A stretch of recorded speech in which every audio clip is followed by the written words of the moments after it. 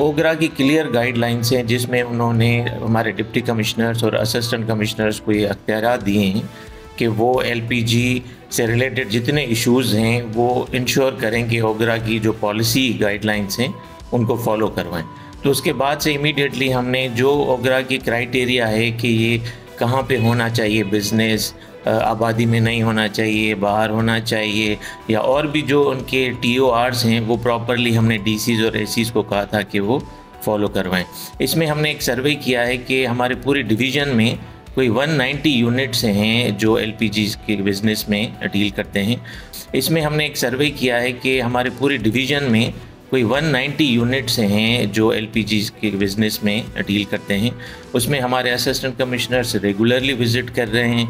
जो भी ओगरा की गाइडलाइंस हैं अगर वो फॉलो नहीं कर रहे हैं तो उनको सील कर रहे हैं, उनके खिलाफ एफआईआर्स कर रहे हैं और उनको वार्निंग्स भी दे रहे हैं। तो हमारे तकरीबन 20 के करीब हमने गाड़ियाँ भी जो हैं वो डिस्ट्रिक्ट एडमिनिस्ट्रेशन स्पेशली घोटकी ने अपने कब्ज़े में ले ली हैं जो गाइडलाइंस फॉलो नहीं कर रही थी, और काफ़ी तादाद में शॉप्स सील की गई हैं पूरी डिवीज़न में। एलपीजी और CO2 की मिक्सिंग की जो हमें शिकायतें आ रही थी तो डीसी सखर और एसी पन्नू अकिल रिदा ने जो एक्शन लिए थे उसमें एफआईआर्स भी करवाई हैं उन्होंने, अभी कोर्ट में है केस।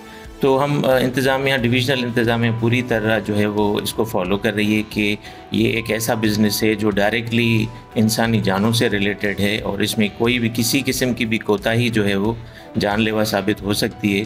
तो हम पूरी तरह कोशिश कर रहे हैं कि हम पूरा प्रॉपर ओगरा की जो गाइडलाइंस हैं, पॉलिसीज़ हैं, उसके मुताबिक इनको ऑपरेट करवाएं।